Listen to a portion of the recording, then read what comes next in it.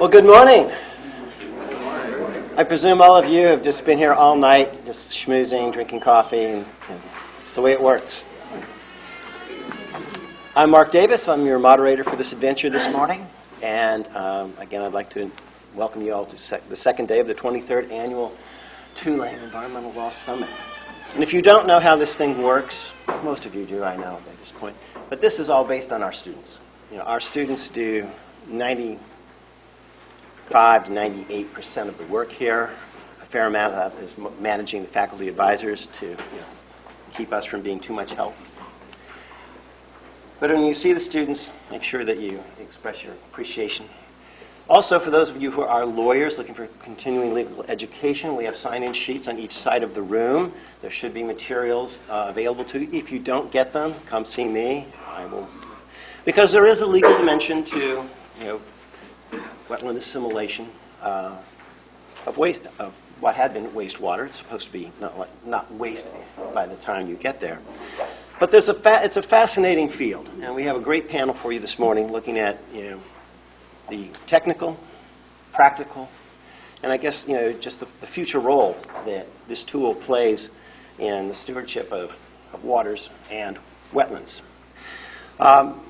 I'm going to go ahead and tell you who the speakers are. That way we can make things flow as quickly as possible. We've asked each of them to speak for 15 to 20 minutes.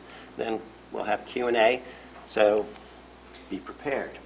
Our first speaker is going to be Dr. Brady Skaggs with the Lake Pontchartrain Basin Foundation. The Lake Pontchartrain Basin Foundation, I think most of you in the room are familiar. It's one of the leading environmental civic organizations in southeast Louisiana. They have moved in many ways from just focusing on the lake to focusing on the coast because there is a profound connection between coasts, lakes, and quite frankly, the upland rivers and systems that feed into them. Our second speaker will be Matt Rhoda, who is the Senior Policy Director at the Gulf Restoration Network. And Gulf Restoration Network, again, works not only in this venue, but they work across the Gulf of Mexico. And they take on policy issues, advocacy issues, and in my view, they're one of the premier organizations for looking out for citizen rights, environmental rights, and doing it in a way that's professional and effective. And our final speaker is going to be Dr. John Day. I asked John to give me a bio, and I didn't think it was possible. I've known John for about as long as I have been in Louisiana, which is longer than I care to remember at the moment. But he is an emeritus professor from the Department of Oceanography and Coastal Science at LSU, and he admits to having done this work for more than 50 years. He's one of the leading scientists who has been working on understanding what's going on in coastal systems like our own. He's been an architect of the science that supports a lot of what we now take for granted in the realm of coastal planning. But he's more than that. He's also the president, I believe, of Comey Resources, which is a company that has done work in the assimilation field. So he knows both the science side, he knows the practical side, and I think it's a terrific opportunity for us to have those skill sets in the room. With that, I'm going to sit down and shut up and learn. Brady, it's all yours. All right, thank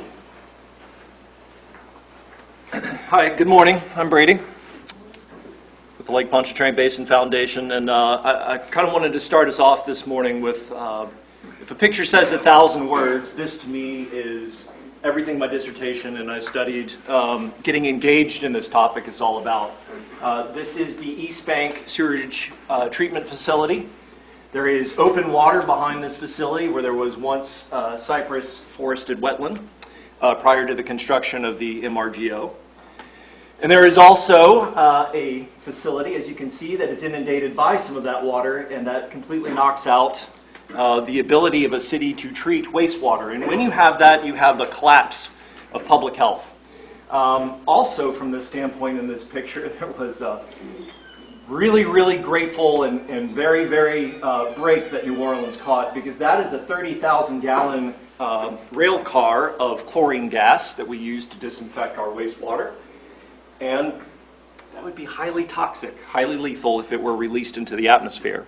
So that's kind of how my conversation started, was to evaluate alternative disinfection technologies.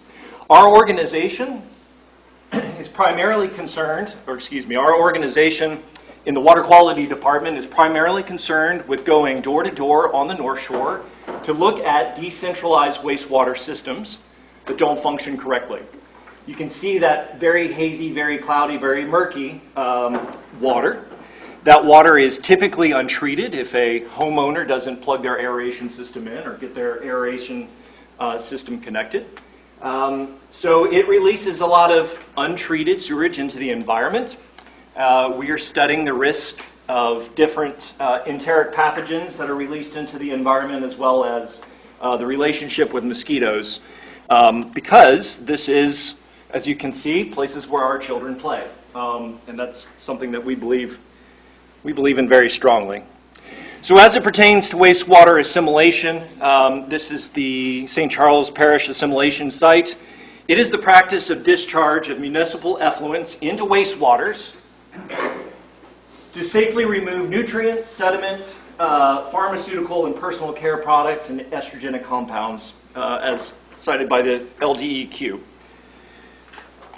It is also a cost-effective, environmentally sustainable approach for municipalities to meet their LPDS permits. So that's one of the practices of doing this. Instead of having to meet a discharge limit in a surface water, there is the discharge into a wetland system, a natural wetland system. So why is it done? Well, improved water quality. And that's something we're not going to take a lot of issues with. There is no doubt that natural wetland systems improve water quality from non-point sources. They are critical to keeping the water quality of our rivers intact. We have to have it. There is a lot of data and information on constructed wetland systems as well. There is the argument that wetland assimilation practices will increase accretion rates, so you build organic matter on top of your swamps and your marshes, and offset subsidence. There's also the argument that you displace salinity from degraded wetlands, so you can improve the characteristics of those plants. And then, of course, there's the financial and energy savings component of it. Wetland or municipalities and cities don't have to increase rates on their bondholders, or on their tenants and on their residents, because you don't have to invest in better capital systems. So let's look at some of those arguments. We just recently opened the Bonnie Carey Spillway, or begun that process. Characteristically, in the lower Mississippi River, we see that there are drastically different numbers between the mean concentrations of some of these nutrients. Primarily, the nutrients are in the form of nitrate. They're not in the form of ammonia. And it's kind of rapidly oxidized. Wastewater treatment systems release a lot of total nitrogen. So you can see the difference in scale between what's measurable in the lower Mississippi of total nitrogen and total phosphorus coming from the DMRs reported over the last year of the city of Hammond. And similarly, in a small scale, in the second bullet, there is a large amount of reduced nitrogen in the form of ammonia that is released from some of these smaller scale municipal plants. That Seltzer's Creek wastewater treatment plant is a 618,000 gallon per day discharge. There's also a difference in scale. For the non-engineers in the room, that includes me, 8 MGD sounds like a lot of water, and it is. The Bonnie Carey Spillway was leaking at 5,000 CFS, and that is 2.7 billion gallons per day. So it's a very different size and scale about diversions and talks about diversions and the benefit that they can have versus some of these assimilation projects. You can also look at wastewater assimilation and vegetation. Depending upon what you read, I'm sure today you're going to see Dr. Day present, that there's a lot of data out there that supports that nitrogen and effluents are going to be beneficial to root growth and root structure and plant development. There are those arguments out there. There is that data set out there. Conversely, there is also a data set out there that suggests that when you have high ammonia in your discharge, you can destroy those root structures. You can compromise the integrity and the growth rate of those different plants. Most of this is based on constructed wetlands, or at least a lot of the primary literature is based on the scientific literature. And so just to give you a very basic, very rudimentary equation, your total ketyl nitrogen, TKN, is protein or proteinaceous materials. That is very rapidly oxidized to ammonia. It degrades to nitrite and then to nitrate. Those first three steps, that conversion process within the Mississippi River, happens very fast, very quickly. So we do have higher ratios of nitrate in the Mississippi River than are typically coming out of our wastewater treatment plants. As far as salinity and the Pontchartrain Basin Foundation, in the Pontchartrain Basin, this is our data from 9 different sites collected around Lake Pontchartrain over the last 17 years. And what we've seen is that with the closure of the MRGO in 2009, salinities have statistically decreased across the basin. We've also had, in this picture, we've had 2 different spillway openings in 2016 and 2011. And since the closure of the Mr. Go in 2009, the salinities haven't really rebounded. So what you're looking at is a mean decrease of about 2.2 parts per thousand salinity as a result of seemingly closing the MRGO and releasing river water into the basin area. As far as accretion in the Mississippi Plain, you can look at different CRIM stations across the basin and see that there is a natural or a spillway-related, possibly, accretion process that is occurring on Maurepas Land Bridge. I don't want to dive too heavy into the detail, except that this is the largest data set related to accretion and subsidence within the basin. And authors, Jankowski et al., suggested that at least in the Mississippi River Delta Plain, subsidence rates are keeping pace with accretion rates. It is a very noisy data set. Obviously, I don't have a lot of time to go into that, but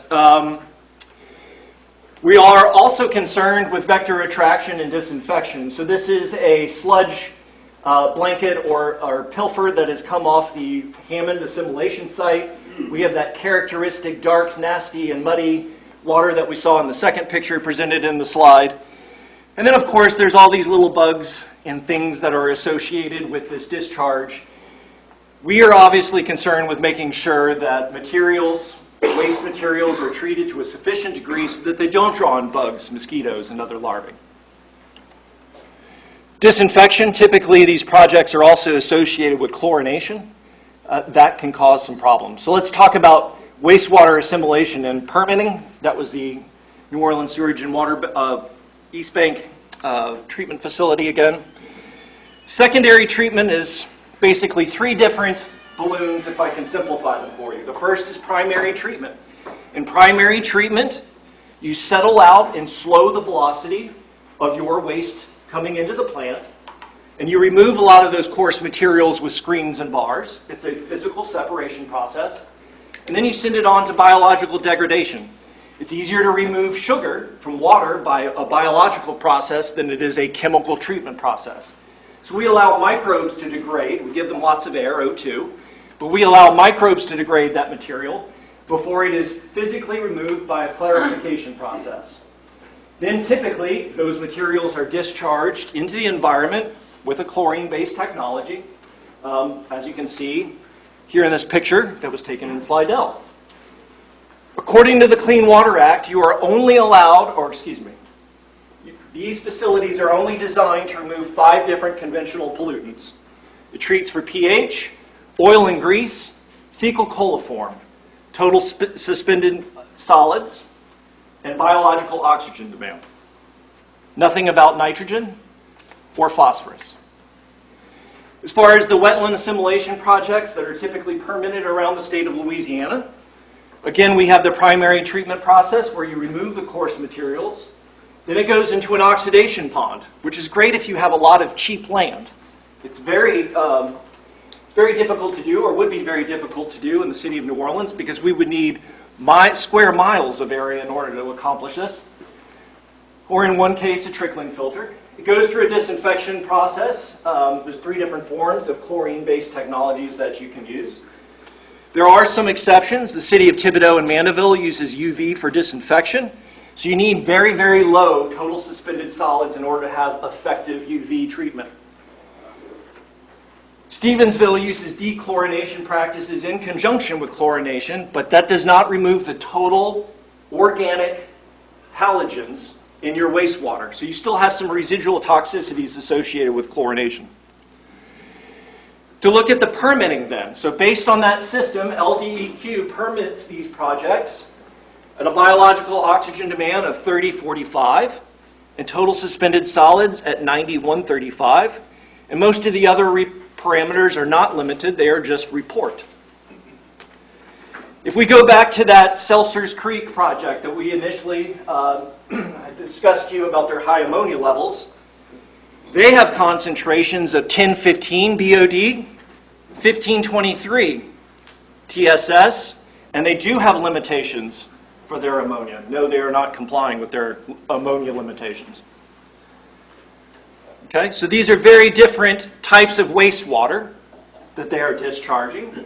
And the Seltzers Creek example is held to a higher standard because it is going into a nearby surface water. Similar design, similar treatment process, different discharge point. As far as permitting in other states, there's no federal guidance in the Clean Water Act or in any 40 CFR article that gives provisions for wetland assimilation. But individual states or different EPA regions do utilize this practice, and I want to talk a little bit about Florida. So this is a very complicated slide, and it's meant to be. It's because it's a very complicated process. In Florida, there is a 15 MGD process that removes nitrogen and phosphorus. They have to go through the primary treatment bloom, which you see first. That doesn't change. But then it goes through an alternating series of anaerobic, aerobic, anoxic, aerobic treatment processes. You have to inject methanol in order to control the BOD and TKN ratios. You have to, that particular facility, after clarification, adds additional chemical feeds, goes through a tertiary treatment filtration, so it's treated to a much higher level. They have 4 different permitted outfalls. They discharge to the Bennett Swamp for ecological restoration, but they also discharge to surface water. They land apply on golf courses, and this water needs to be suitable for direct potable reuse. Yes, re-drinking this water. So they have to get this material down to a very clean level. So let's compare, to go back, this was the Hammond facility and its permitted rates. If you compare that to the Florida permits, you can see how much more stringent this facility and the requirements it has to comply with. Very low unionized ammonia values in an annual average. And that's because ammonia is toxic to aquatic fish and other species. And it has very low values on total nitrate, total nitrogen, and total phosphorus. Comparatively, 5 compared to a 135 BOD, that's also an extremely low value as well. Thank you.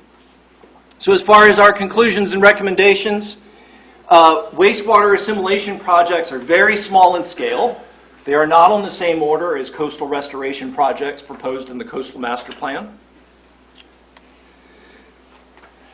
They do meet equivalent secondary standards, but they would not meet standards related for water quality criteria on 303D impaired waterways.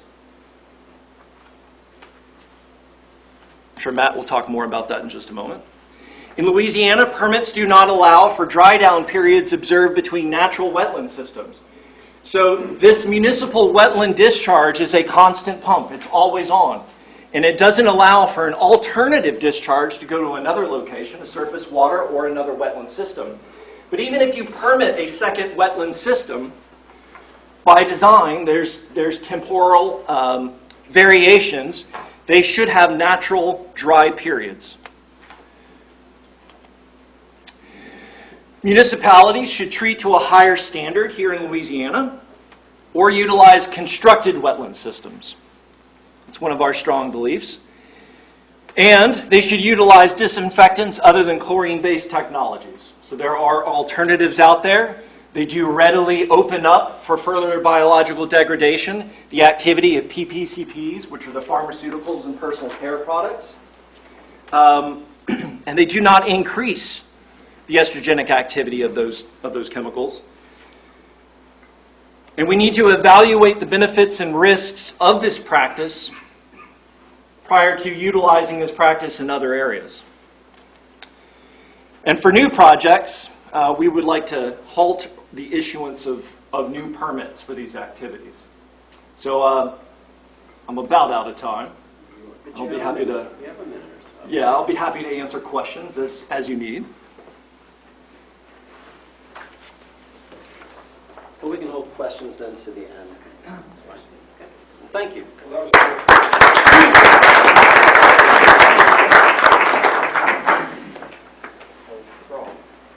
Our next speaker is our friend Matt Rhoda. You ready to give the clicker thing? There you go. Thanks.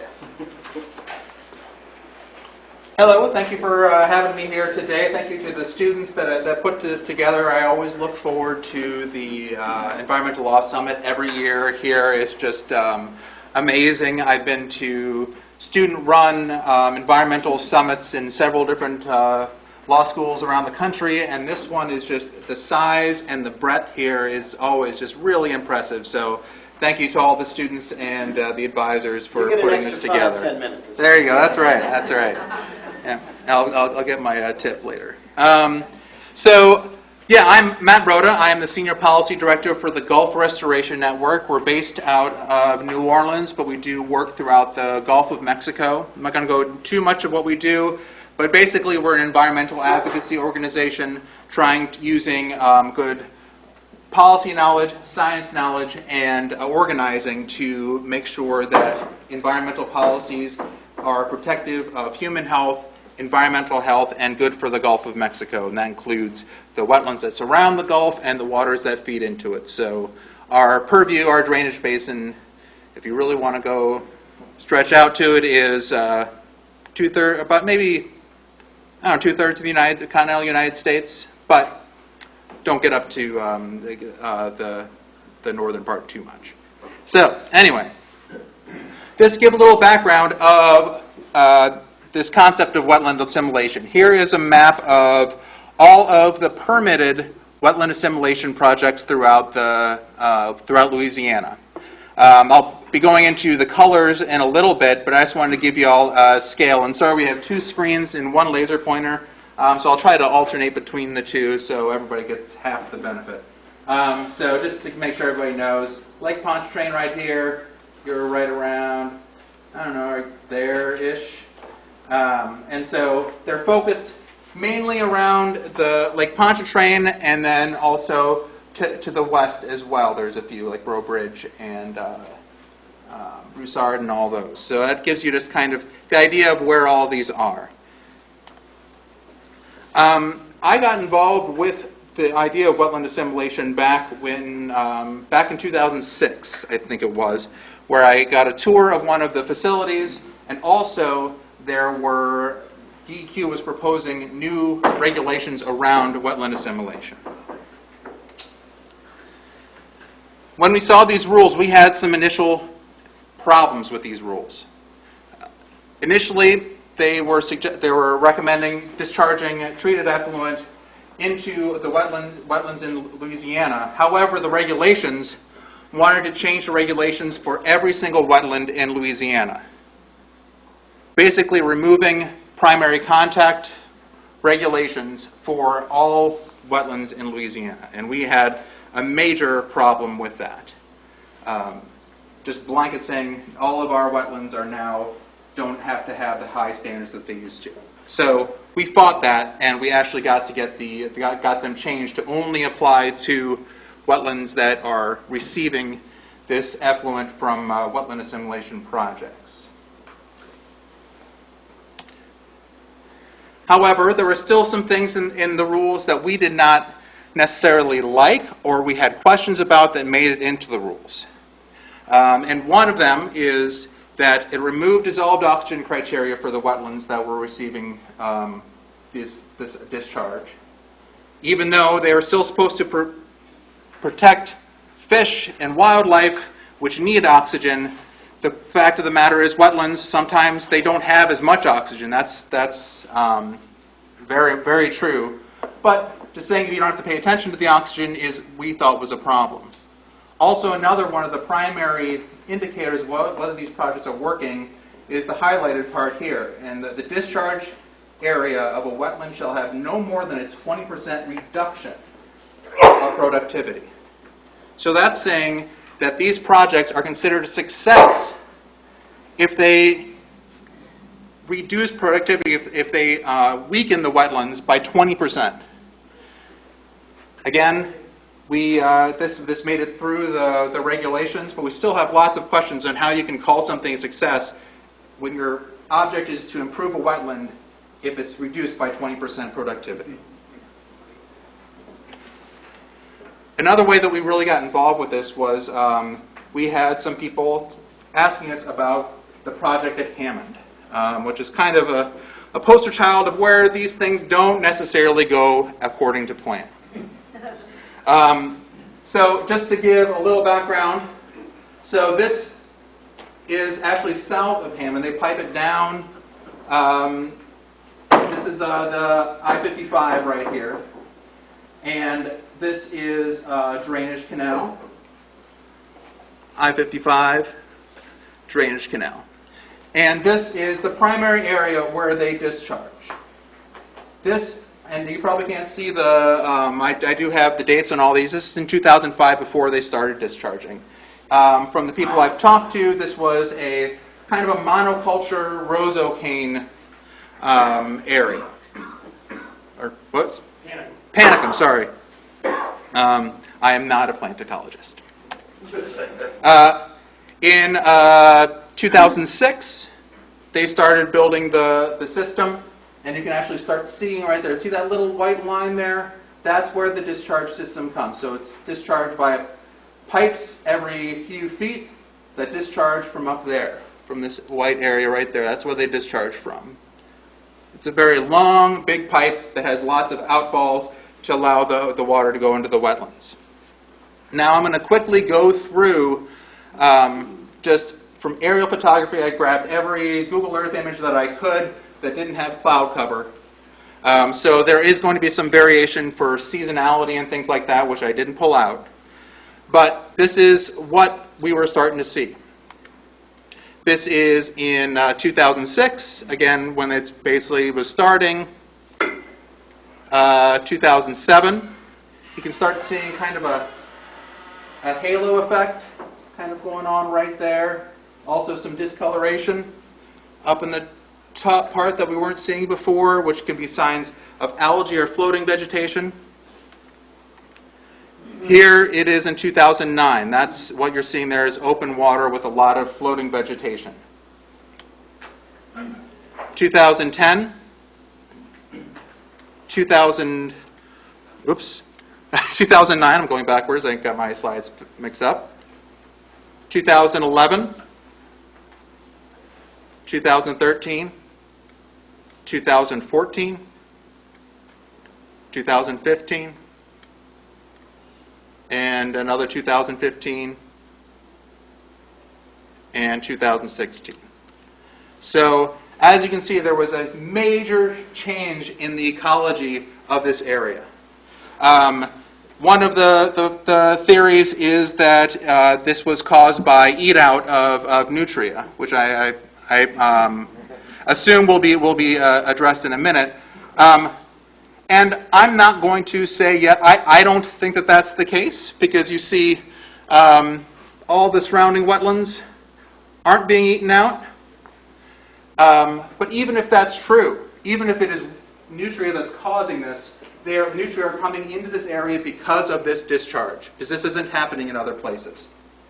So this discharge is causing major degradation of this area. Just visually. I'm not even getting onto the ground here. But so Brady talked about this a little bit. I'm going to get a little bit into the regulations here. At DEQ, their reasons for doing assimilation is that it removes direct discharges from treated wastewater into state water bodies. So apparently, Louisiana wetlands aren't state water bodies, which we have a major issue with. They are state water bodies, and they should be protected like Louisiana state water bodies. So they should have the same standards as state water bodies.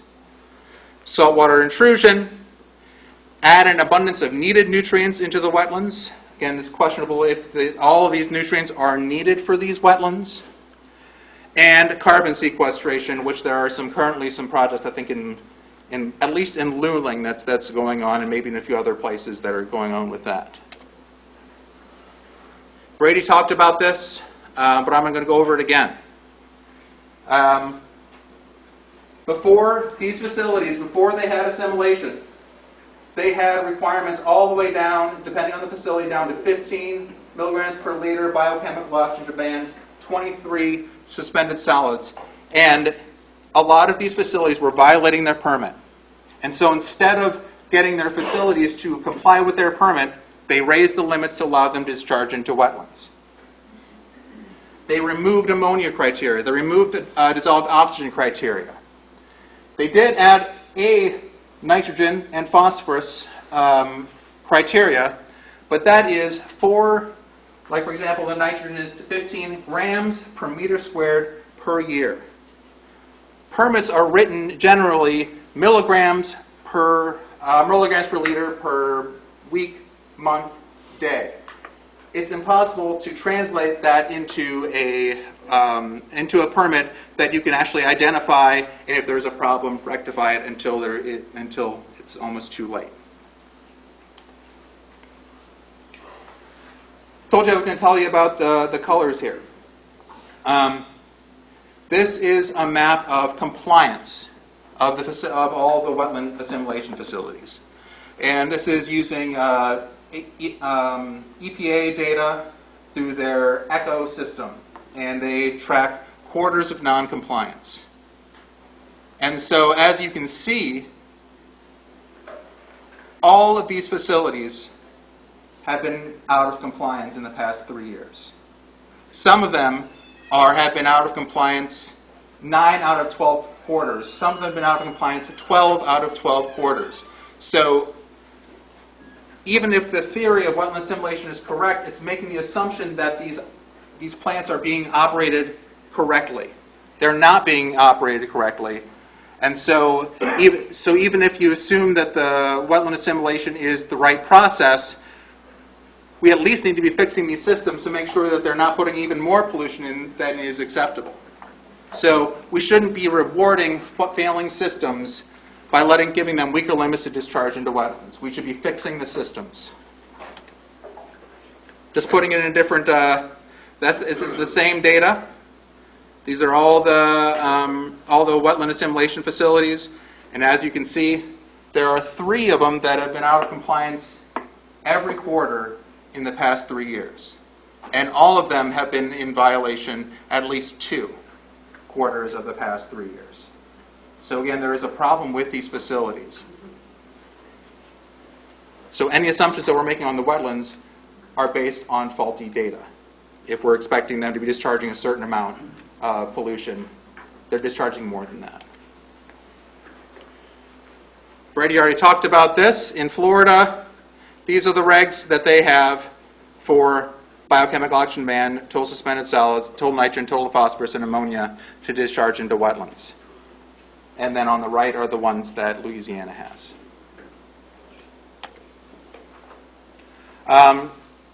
The last thing that I wanted to talk about, and I could talk about this a lot longer, but one thing that I want, just focusing kind of on the regulations. In the permits, they are required to have at least 3 monitoring sites, plus at least 1 reference. And they're supposed to have a near, a mid, and a far. Basically, the idea is the near is really close to where the effluent comes in. The mid is the middle point of the assimilation area. And then FAR is kind of as far as the effluent is expected to get. And this is being applied in very different ways in the different assimilation projects. I'm just going to go through a few of them. Since I've already showed you Hammond, so you have the discharge, the near, mid, and far. This is the impacted area that I was showing you before. This little area up here is the impacted area that I was showing you before. And yet, they're expecting it to, they're measuring the final output of whether or not the nutrients are assimilated all the way down here. Also, there is a culvert here that's covered sometimes, a culvert here, and a culvert here, and I have witnessed short-circuiting here and here. So a lot of this water could actually be getting into the canals. It's not a closed system. So just having these 3 monitoring areas, and especially when the monitoring area is way down 6 miles out past the outfall, we don't think is adequate to really assess the impact and the assimilative capacity, thank you, that we're seeing. A few others.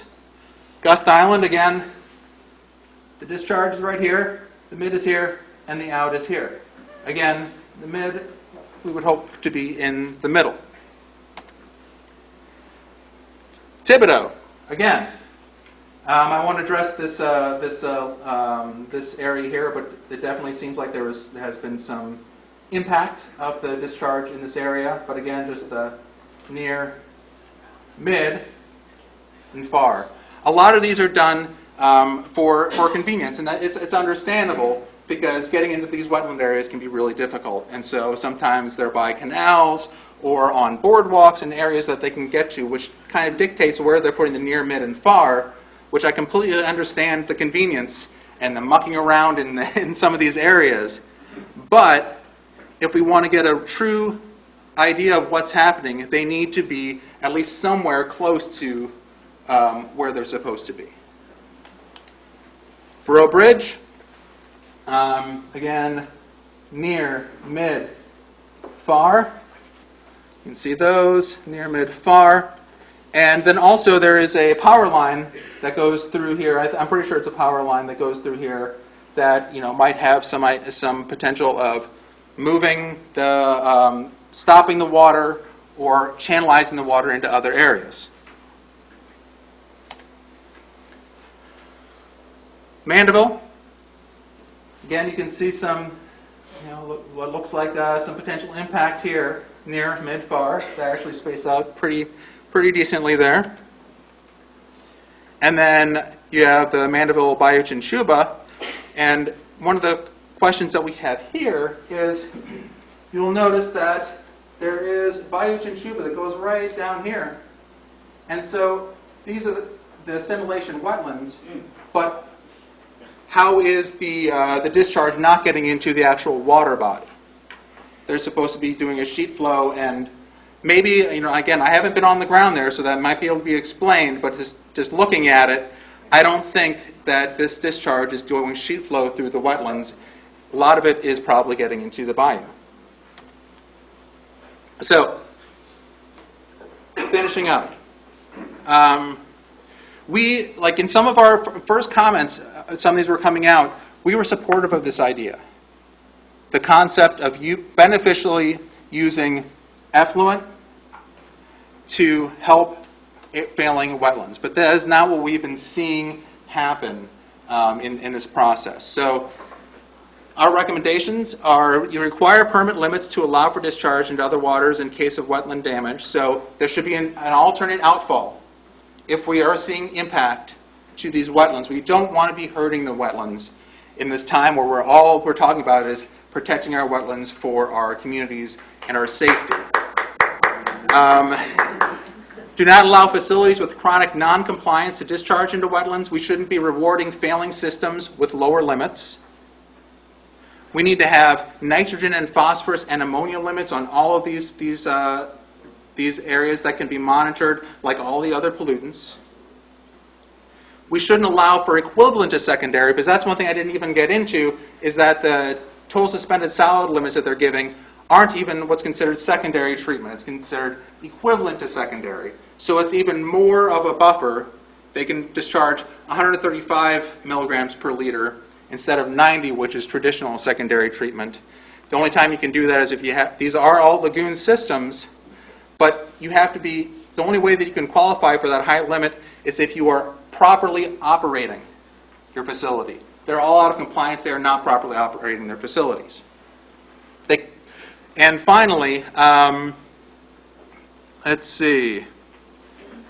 We need to refine the requirements for monitoring the reference sites. I think that I understand the convenience factor in trying to getting to places where you can actually access. I understand that, but that needs to be figured into any regulations and moving forward. We also think there should be more reference sites for these areas because you're talking about sheet flow, but you still have channelization, water flows in different ways, so just having a near, mid, and far isn't adequate, we don't think, to really get a good assessment of what's happening in the system.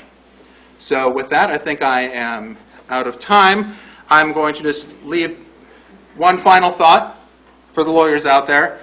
This is the Louisiana. These are the regulations for the Clean Water Act. If nothing else, it's unfortunate that we're calling this wetland assimilation, because assimilation of pollutants is expressly forbidden as a designated use for water bodies. I understand that they are being treated and they aren't technically removing a beneficial use, a designated use to permit this, but using the term assimilation does start bringing up some things that set off alarm bells when it comes to policy wonks. So anyway, thank you very much.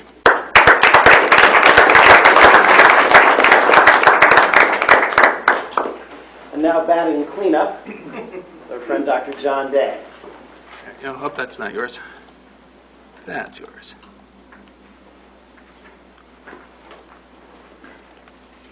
Is that you?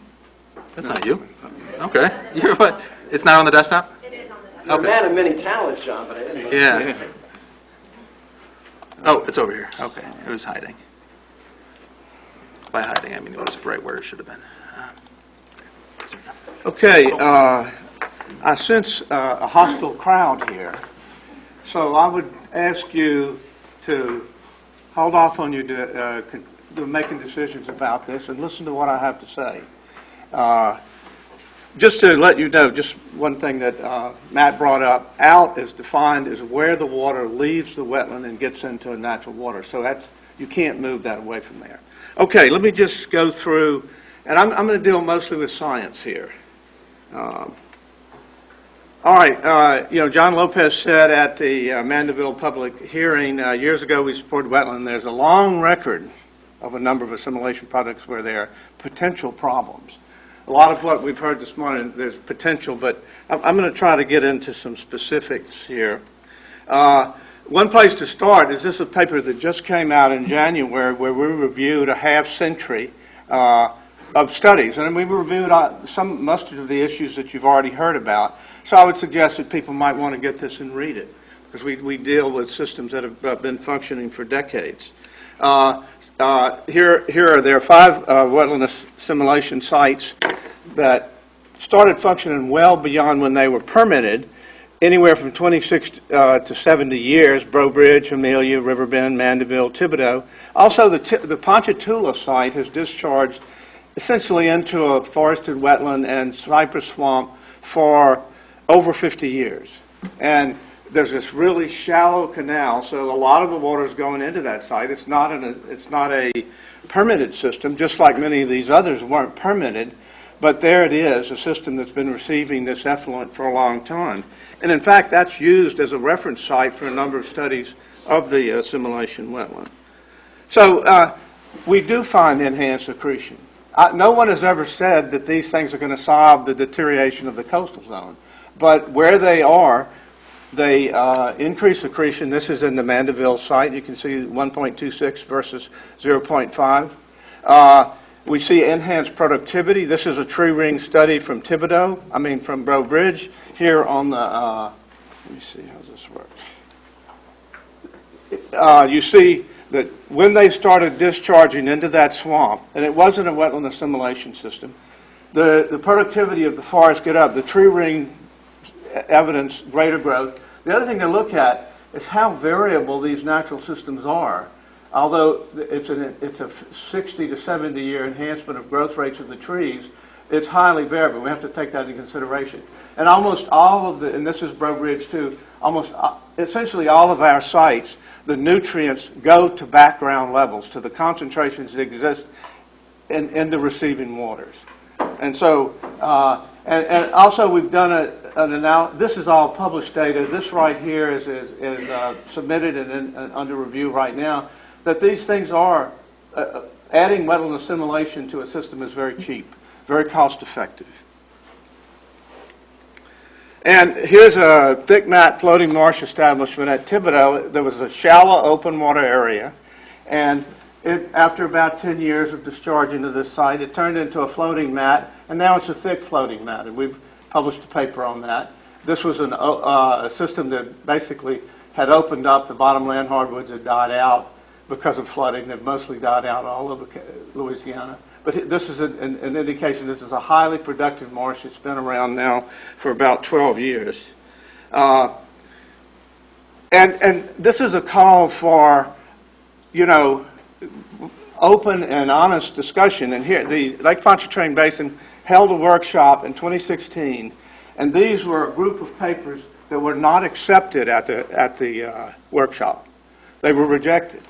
And some of the papers at the workshop were very speculative. All of these are very much data-driven from Louisiana and other systems around the nation and even around the world.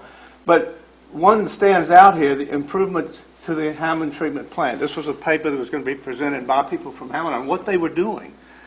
If the wetland deterioration in Hammond hadn't happened, we wouldn't even be here today, pretty much. There wouldn't be this because the focus has been on Hammond. And I want to talk a little bit about this. But these were not accepted. They could have had a concurrent session. They could have had poster sessions. But they decided to reject these papers, some of which have been submitted and published. And Gene's got a smug on his face, so maybe he'll have something to say. But so here's the upgrades to the Hammond treatment plant. Hammond has been working on this for years. And that didn't talk about conventional treatment systems, which are also out of compliance a lot of the time. This is a constant battle, but Hammond has been trying, and what they've done, they've added aeration, they have improved the drainage system. You go out into your drainage system in the old parts of these drainages have terrible problems with I&I. Matt talked about Hammond being an 8 million gallon per day plant. The dry weather flow is about 2.3 million gallons per day. But when it rains, water flows in like crazy, and this is a problem with every collection system around. They've spent a good deal of money doing that. They've set up pre-treatment plans at a medical facility and a milk processing facility, and they're looking at the potential of a nitrification system added to this, which would reduce ammonia and produce nitrate, which disappears very quickly in wetlands.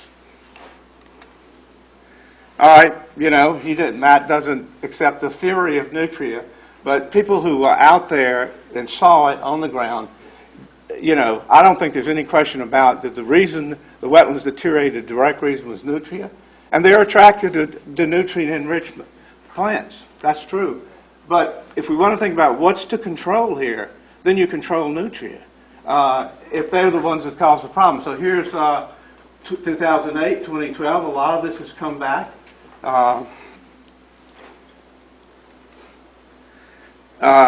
Dr. Turner said in a 2017 paper, today this is a 122 hectare area of open water and aquatic floating annuals. This is not true. I mean, in fact, it wasn't a Panica marsh beforehand. Gary Schaefer went out there and did it, and he found many different species. And this is a mixture. There are floating aquatics here. There's shallow-rooted plants and there are deep-rooted plants. Gary Schaefer has done very careful monitoring in this area. And some of it has come back to the extent that you can stand on it. This is a Sagittaria, which was part of that marsh beforehand and is now coming back. You see some open water in there. We've got to be honest about this. We've got to say what has actually happened if we're going to move forward. All right, you've seen this. Here's a site in 1998, just before 2000. Discharge started September, October 2006. Marsh deterioration, this is actually the winter of 07, 08. Then it turned into open water, a lot of it. But in Matt's pictures also, a lot of it is coming back. Why is it coming back? What could we learn from that? Yvonne Allen, who is a remote sensing specialist with U.S. Fish and Wildlife Service, has a lot of publications on this. If you really want to know what's happening with land change, you can go to Google Earth and you can download pictures from it. But if you want to do it right, you download good Landsat images or images that you can deal with. And she downloaded 35 from a period of about 1950 up until almost the present. She created polygons of this area. Her polygon of where the wetland laws carried included the whole of that marsh, because all of it wasn't degraded, but she included that as her polygon. Just was another polygon. And what she found is that very little of the area was open water, although from time to time you did see high open water, higher during high water periods. But clearly, 2007, you see it goes up to about 50% open water in this polygon. And it's come back down. And so it's down to less than 10% open water in the area. But again, I agree that there's floating aquatics, there's shallow-rooted aquatics, there's deep-rooted aquatics. And the area that's come back is the area nearest the discharge. And that's the one that's most robust and that you can stand on in many places. All right, here's another statement about these cypress seedlings that Gary Schaefer planted in this area. He planted a lot of them, and they said they were, the majority of cypress trees planted within the marsh receiving areas either died, floated out of their anchorage, lodged over, or manifested signs of abnormal growth, hypertrophy, and stunted height. Some cypress trees planted on the firm soil of the pipeline embankment grew well, but other species on the spoil bank died after the project began. The species that died after the project began were Chinese tallow. And that's happened in other places. Chinese tallow. One of the most terrible invasives we had. It's all over the place. And the reason these things died, Gary Schaefer has concluded, is because they were shaded. Adult cypress trees, as well as seedlings, are extremely intolerant of low light levels. And Gary is one of the leading forested wetland ecologists, along with me, in the state. And we got a marsh that grew up to 1.5 meters to 2 meters. And these things were shaded. And the ones that didn't die are still there, and they've grown up. Some of them are as high as the ceiling now. And they're not all on the spoil bank. Well, as part of a broader range of studies, we planted cypress seedlings, hundreds of them, in 5 different assimilation wetlands, and they're here. Broussard, CHS is a grain handling facility. It's a constructed wetland. Hammond, Luling, Chafunkta Marsh.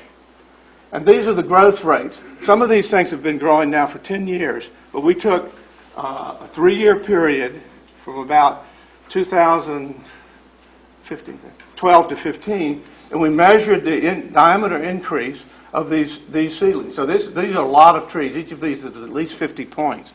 And what you see here is these cypress trees grew at rates of anywhere from a centimeter to 2.5 centimeters a year. It grew, and here's the average growth rate of seedlings and adult trees in most of the Marpine Joint Swamp, down around 0.1 to 0.2 to 0.3 centimeters per year. So the idea that the discharge of effluent is killing cypress trees in those things is just not true, and these trees are growing like wildfire. And here's some pictures of them. These were measured in 2015. The Here the measurement started in 2012, 2010, etc. Here's a tree at Hammond that's now 9 meters tall and 20 centimeters in width. That's growing 2 centimeters a year. Okay, Bodker et al. Many of the authors of this paper are in the room, so I'm sure they can talk about it. They did a series of experiments. They put organic matter in some kind of dish, and they said they did this at 35 degrees, 95 degrees Fahrenheit. Maybe Jane can correct me, but that's what the paper says. And they measured decomposition over time, the loss of organic matter. As it decomposes, you lose weight. And so here's without nutrients, here's with nutrients. So they said, all right, the ones with nutrients are decomposing faster. We took their data and put it on a litter bag decomposition study, which is a technique that people have used. It's been used thousands of times over the world. And what we found this is a typical decomposition curve. You put organic matter, it decomposes, the labile parts decompose more rapidly, and then it slows down. And this is a typical curve that you find in these kind of experiments. What we didn't find was any difference with distance out to a kilometer from the discharge sites when the nutrients were decreasing. And so we found no effect with distance, and that in effect is saying no decomposition increase with increasing nutrients. Here's another experiment they did. They put in containers a measured amount of organic matter, and they measured the amount of gas produced. And this is gas produced over a 30-day period. And you expect that, because organic matter breaks down, and you get either carbon dioxide or, if it's an anaerobic system, methane. But the nutrient chemistry is the same, what we call the stoichiometry. So, here's gas produced with nutrients, and it's higher than without, and they say, well, there's a difference here. There is a difference. But if you go back and say, all right, taking this gas and using the chemical equations for these reactions, how much of the organic matter, because they said how much organic matter was in this container, how much of it would have been decomposed? And it went anywhere from 0.5% up to about 5%. 5% was fresh, new material, not dead material. So you could only decompose, it only decomposed a very small percentage of the organic matter in the container to produce this amount of gas. And then you can go to a broader extent and ask these kinds of questions in a larger system. Are the nutrients going into, say, Carnarvon or the Plum Island estuary, New England, enough to decompose a significant amount of the organic matter? And what you find is it's not. This is an experiment from the same paper where they put a standard kind of technique is to take cellulose material and you put it you stick it down in the soil for a given amount of time under different conditions, and you take it out and you put it on a meter that measures how much it takes to break that. And they call it cotton tensile strength loss. This is cellulose. Free cellulose pretty much doesn't occur in marsh soils. But what they found, though, is here's, in each case, this is, let's see, this is with nutrients and without. And so they found these differences here. Their data, their tensile strength, cotton tensile strength loss range from 0 to 0.5% per day in this 30-day experiment. If you look at the literature in general, the loss per day in these types of experiments is 1.8 to 8.8. So theirs is about an order of magnitude less than what's reported in the literature. Okay, almost. Weller and Bossart at Southeastern, they looked at insect community diversity as an index of degradation, and what they found is it tracked the degradation and recovery of the system. So they found a method to actually show the system was recovering. Well, I guess I'm going to stop here because I'm out of time. But this was a handout that You got Jane... 5 minutes. 5 minutes. Oh, 5 minutes. Okay, we're good. That's what this says, 5 minutes. Oh, sorry.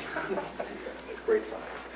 I'm not a calligrapher on that. Just to give you, this is a call for openness and reasonableness in this discussion. This is a handout from that at the Mandeville public hearing. This is the commonly thing, on-the-ground observations of sewage disposal into wetlands. Sewage is what goes into a treatment plant. And, Brady or somebody was saying, you can drink the stuff coming out of a treatment plant. Once it's coming out of the treatment plant, it's no longer sewage. Not these. Huh? You have to treat down to much lower. No, but the thing is sewage is not going into wetlands. It's treated to some extent, and it no longer has the characteristics of sewage, and that's something we have to remember. Here's a picture of, this is on the ground, here's a picture of the dead Chinese tallow trees. The cypress swamp didn't die. 70 years of discharge into a cypress swamp at Brobridge, and the cypress haven't died. And that's repeated over and over. Here's the analysis of the land loss at the Hammond site. It shows that land loss going up and up. It doesn't show it coming back, and that's what's happening out there. Here's the thing about bottomlands hardwoods. This discharge is not into bottomland hardwoods where they're forested wetlands. It's into cypress swamps, which can tolerate continuously flooded conditions. And almost all of the forested wetlands in the coastal zone are continuously flooded, and almost all the bottomland hardwood forests have been eliminated from coastal forested wetlands because they're permanently flooded. And so here's some slides from the wetland at Mandeville, and here's at St. Martinville. So let's look at those. Okay, this is where is this? This is the Chifuncta Marsh. This is Mandeville, and what you see if you look at this, it didn't show very well, is that this is a very dynamic system that opens up and closes in ponds, and people at the public hearing actually got up there and said there were named ponds that have filled in and have opened up.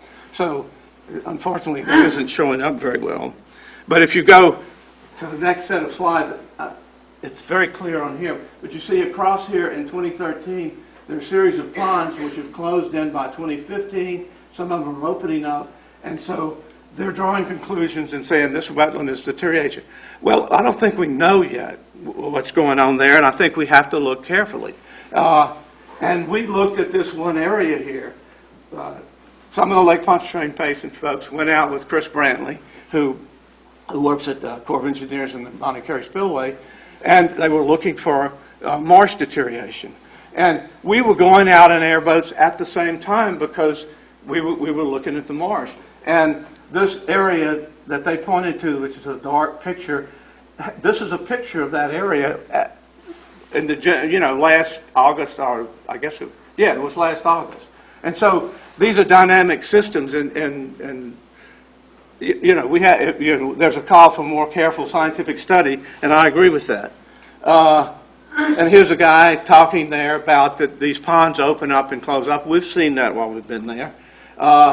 Here's one, Matt, you ought to get on. There's a Woodbridge plant here that's discharging wastewater into this wetland also, and the free chlorine actually maxed out on our meter, and the DEQ limits to putting chlorine into wetlands of 0.03 milligrams per liter. This thing was discharging over 2.3, so 100 times higher. The plant discharges, Woodbridge is about a tenth of what the Mandeville plant is, but it's discharging 100 times more more chlorine. So this is something we have to get with. At St. Martinville, yeah, I'm done. By flooding, St. Martinville was used as rice fields and crawfish ponds. It's really a constructed wetland, if you want to think about it. But part of the area was flooded. This area was covered mainly with Chinese tallow trees. We went out and showed this to DEQ. They visited this site. And an enormous amount of cypress recruited naturally into this, and cypress are grown in this pond. That was cited as one where the effluent was killing it. And so I'm going to end right here. Whoops. to say, here's some suggestions of how we should move forward on this. Now, we bring our panel. They can all face you. I'll move the chairs down here. You don't have to. I have like one higher. Let's see who will claim it.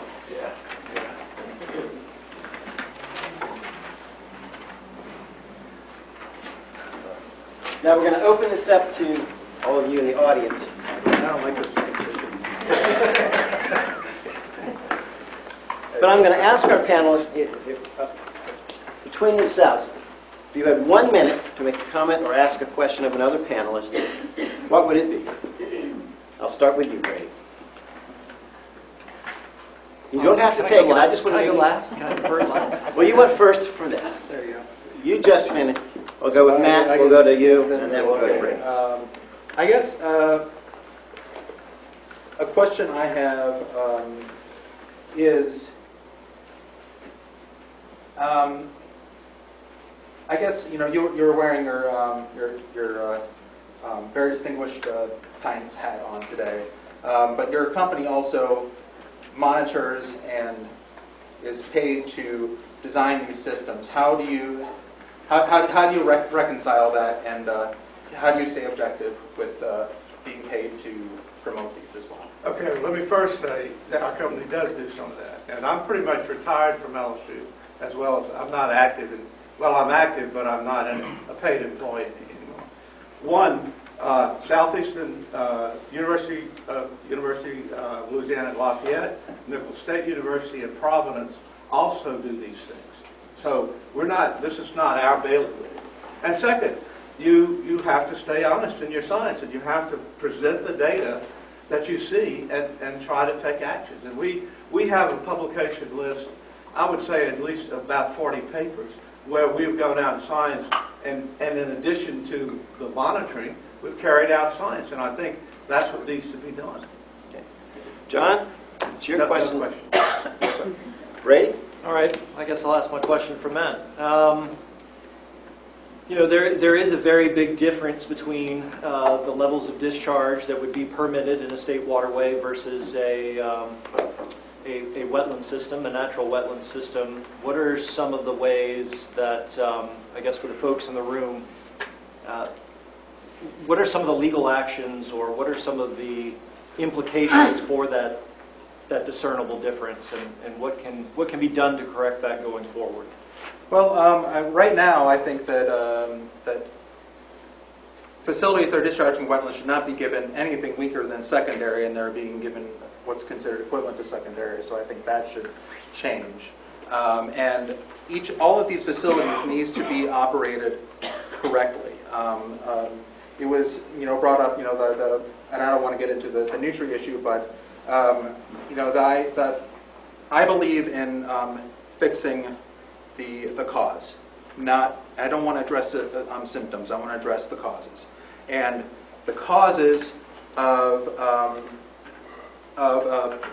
something that's not meeting its limits is that it's not being operated correctly, or it's not designed correctly. So that's what needs to be fixed first, and also the collection systems, which John brought up. And then going further, okay, nutria might be attracted to, or are attracted to, high levels of nutrients. We shouldn't be saying, let's get rid of the nutria. Let's say, let's stop attracting the nutria here. And so that means reducing the effluent to a level that they aren't going to be attracted. So even if, I'll give you nutria right now, but still, if the nutria are causing the problems, they're attracted to the effluent, we need to be doing something about the quality of that effluent to make sure that these wetlands can thrive. I am all about beneficial reuse of sewage effluent, because it's a wasted resource. We flush our toilets with drinking water and then dump it. And that's ridiculous, and we should be using it beneficially. I just want to make sure that we are treating it to the highest standard and making sure that we aren't doing damage to other areas because we aren't treating it as well as we should be. Would you support requiring treatment of pumping stations that pump out forced drainage areas that are not treated at all, because they're contributing orders of magnitude more Absolutely. nitrogen than I think a great thing would be to put a constructed, confined wetlands at the end of every outfall pipe to try to mitigate some of that. I am all about reducing, putting controls on every structure that if we're discharging polluted water, we should make sure that water's not polluted before it's. Where would you put it for New Orleans, which discharges hundreds of millions of gallons a day from their pumping station, right into the waters of Lake Pontchartrain? I have no idea. But I mean, I've never looked into that question either. So, but also this something is I would say. This is the logical progression of your thinking about this issue then. Well, let's take it a step further then. What I think is before it gets into the drainage system, we should do a better job of making sure it's clean. So that means every, Costco came in, right?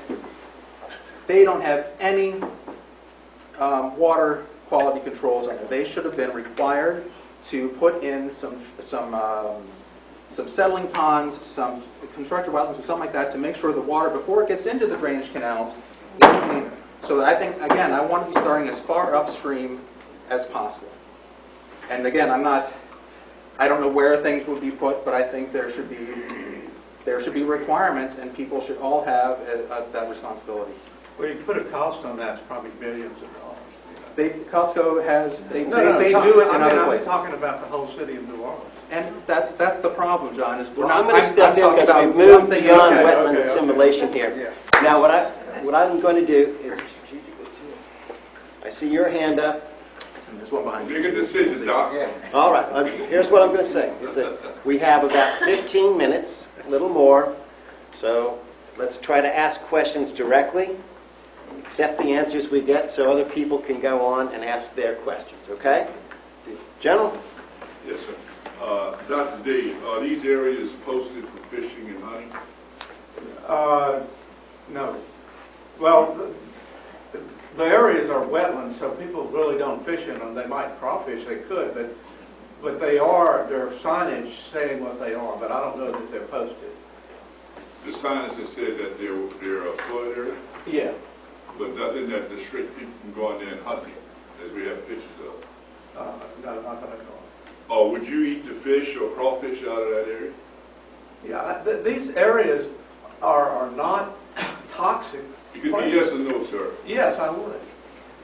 And people do. I mean, you know. Okay, so is there any concern, because our fishing and our seafood safety, and the last question, Doc, is paramount. It generates 15% of our income, equal to oil and gas in the state of Louisiana. Is there any concern that this takes the brand of fish and oysters coming out of Lake Pontchartrain in particular? I guess that could be, yes. Thanks, sir. Yeah, in the back. I have two questions, actually, one for Brady and one for Matt. Matt, at the end of your presentation, you put up a CFR regulation dealing with waters of the United States. Yeah, Are these wetlands considered waters of the United States? absolutely. Okay. And Brady, you kept talking about these projects in conjunction with natural wetlands. Is there some prohibition in Louisiana against creating man-made wetlands in conjunction with this outfall from these plants? No, so that's one of the things that we've tried to take the position on. I mean, there is a pervasive amount of literature on constructed wetlands and the use and the implementation of cleaning. You know, there's a lot of species diversity for assimilating nutrients, and you can select for those in the constructed wetlands. We are absolutely for use of a constructed wetland for this purpose, but you kind of get what you get in the natural system. So our issue is with the natural system pathway, because should we be using our natural resources to take this effluent to a higher standard than what you could get in a treatment plant? I'm going to move to this side of the room for a second. Yes, sir.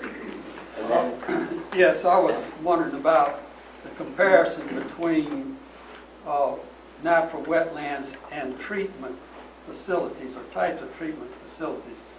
But it seems like the comparison should be between the receiving types of environments. We don't see the comparison between surface waters and wetlands.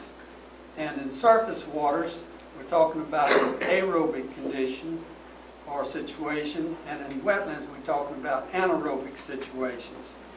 In wetlands, we're talking about high amounts of organic matter as opposed to much less organic matter in surface waters.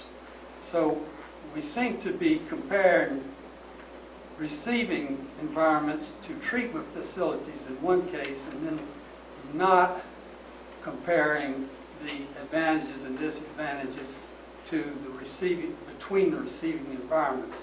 And there seems to be a confusion as to wetlands being identified as treatment facilities when actually they're after the outfall and are not considered part of the treatment process.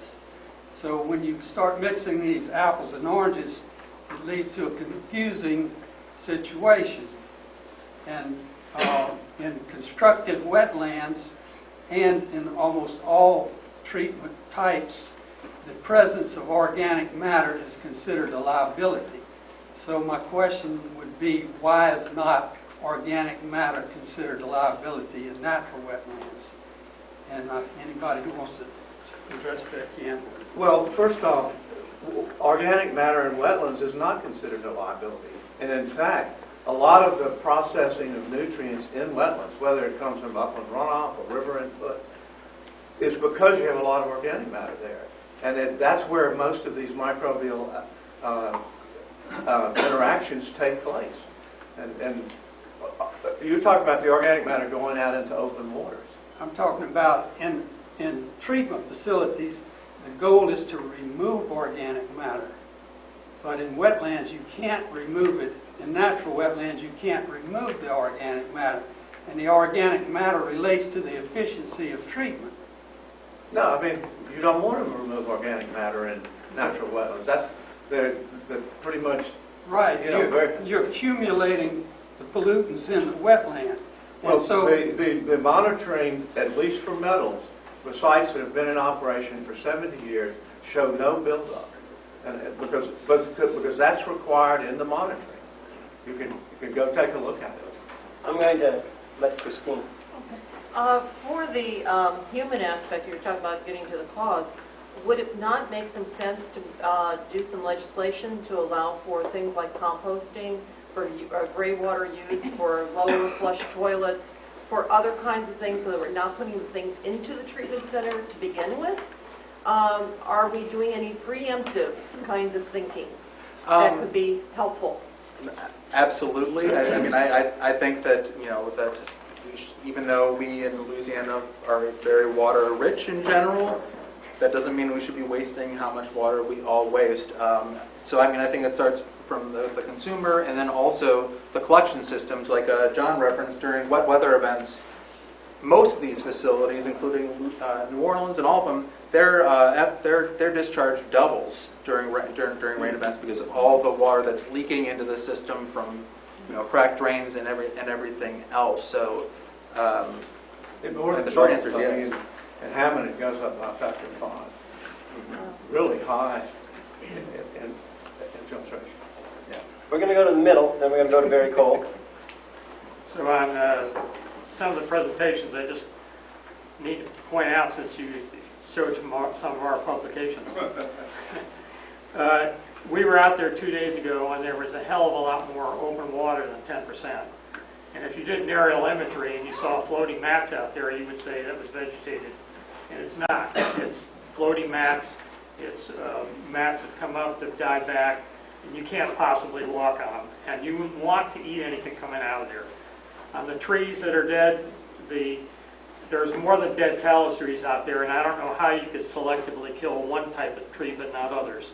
And all along that bank, sure, there's some tallow trees in there, but we went through and you can identify maple trees, sweet gums, and others on there that are dead, that were dead, and they're not there anymore. And that's true for some other sites. On the Thibodeau sites, well, on Bridge, where they showed some tree growth, that's the lowest concentration of nitrogen loading coming out of 6 or 7 sites we had at the time. The other sites are higher than that, but not all of them. On the Thibodeau site, that's a former, there's no control on that or on Bridge, really. On the Thibodeau site, that's a former area that's now impounded because it has canals running through it. It was going to fill in anyhow, and that's some of the accretion data.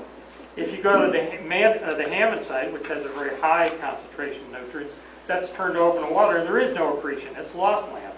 And along with that, the kind of Bibles for Catholic and Knight, being one of them, they show a diagram, and they say very clearly that constructed wetlands cause the loss of root matter of the emergent wetland plants, and they're shallower. They come up, and there's fewer. There may be more at the surface. There may be more above ground, but there's less below ground, and that's what happens when they're flooded. Is there's a buoyant release, and they float up, and then they go away. So then you have to come back, and then you may come back with typha, but you don't come back with panicum, which was out there before. It hasn't come back to typha, Gene.